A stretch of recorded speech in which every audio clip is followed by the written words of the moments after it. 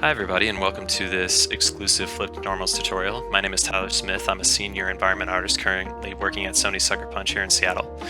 What I wanted to do for this series was do a basic introduction for composition and color in 3D gameplay spaces.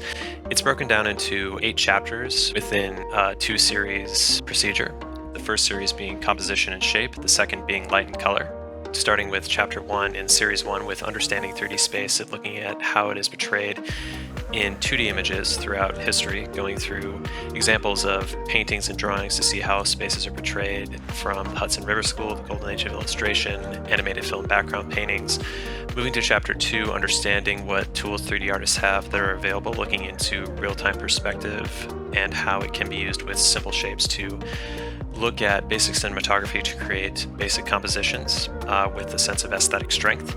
Chapter 3 will be understanding the simplification of shapes, looking at plein air paintings and how to sculpt the equivalent of that in ZBrush and then taking it into Unreal Engine 4 to see how we can take very complicated shapes and break them down into simple silhouettes. And then in the final chapter in Series 1, we look into arranging those different shapes in a 3D space. In the second series, we'll be looking into light and color, starting with chapter 1, which is a basic breakdown of the science and know-how of color and light, both in the real world and in Unreal Engine 4. In the second chapter, we'll be looking at the composition of light and shadow shapes and how it plays a part in constructing your final imagery for your 3D space. In the third chapter, we'll be looking at local color setup and how the impact of local color influences the emotion and overall aesthetic punch of the scene you're trying to deliver.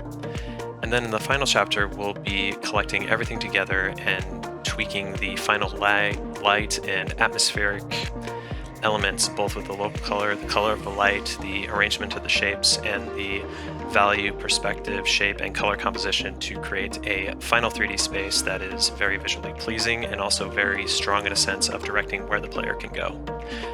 I hope you enjoy it, and let's get started.